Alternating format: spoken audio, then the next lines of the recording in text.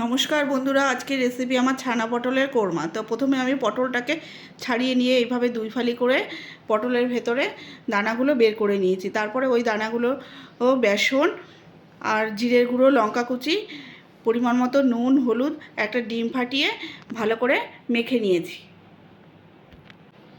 তারপরে পটলের ভেতরে ওই পুরটাকে এইভাবে ভরে নিয়েছি। ভরে নিয়ে কড়াইতে তেল গরম করে এইভাবে উল্টো পিঠ করে দিয়ে লাল লাল করে ভেজে নিলাম।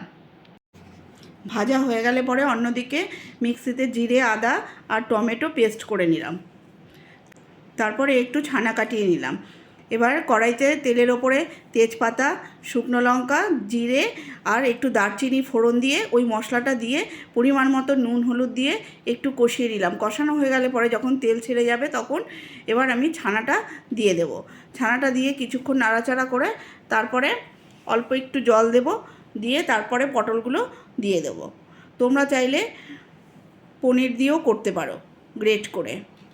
যারা পটল ভালো খায় না তারাও ভালো খাবে এই পটলের কোরমাটা। দারুণ টেস্টি লাগে খেতে। তোমরা এইভাবে করে দেখো।